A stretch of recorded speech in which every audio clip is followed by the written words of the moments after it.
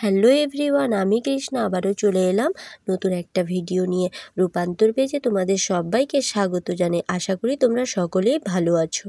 তো চলো আজকে তোমাদের দেখাবো প্রিন্সেস কাট ব্লাউজের ড্রয়িং ও কাটিং। আগে থেকেই ব্যাক পার্টটা ড্রয়িং করে রেখেছি, এবার এর ওপরেই ফ্রন্ট পার্টটা ড্রয়িং করে দেখাবো। তো এইভাবে আর্ম হোলটা 1/2 ইঞ্চি ভেতরে দাগ টানতে হবে এবং 1 ইঞ্চিতে শেপ দিতে হবে, রাউন্ড শেপ।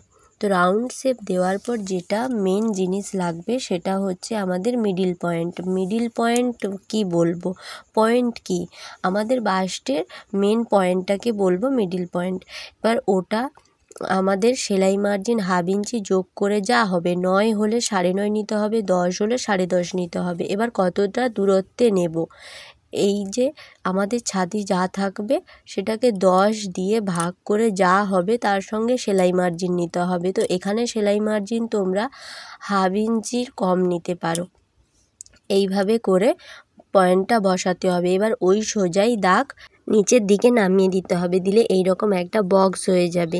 এবার এই যে দাগটা যেখানে টানলাম সেখান থেকে যে 2 ইঞ্চি এক্সট্রা নিয়েছি, সেই 2 ইঞ্চি যতটা হয় ততটা পর্যন্ত দাগ দিতে হবে, কারণ এটাতেই আমাদের খাপের মাপ বেরোবে।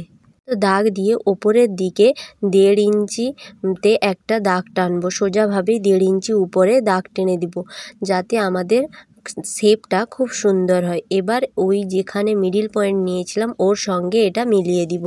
তো দেখো এবার আর্ম হোলের ওপর থেকে শেপ দিয়ে দিব। এইভাবেই শেপটা ভালো করে ফ্রেঞ্চ কার্ভ স্কেলের সাহায্যে দিলে খুব ভালো হয়, দিলে আমাদের তৈরি হয়ে যাবে প্রিন্সেস কাট ব্লাউজ। যদি কারোর বুঝতে অসুবিধে হয় তাহলে অবশ্যই কমেন্টে জানিও, আমি আরও ভালো করে বুঝিয়ে দেওয়ার চেষ্টা করব।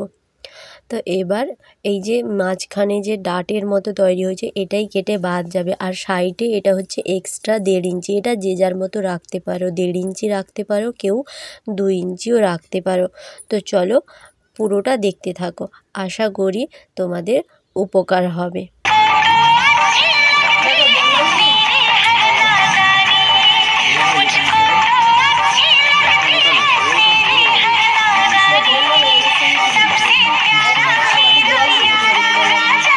এই দিকে 1/2 ইঞ্চি উঠিয়ে কাটিং করলে খুব ভালো হয়।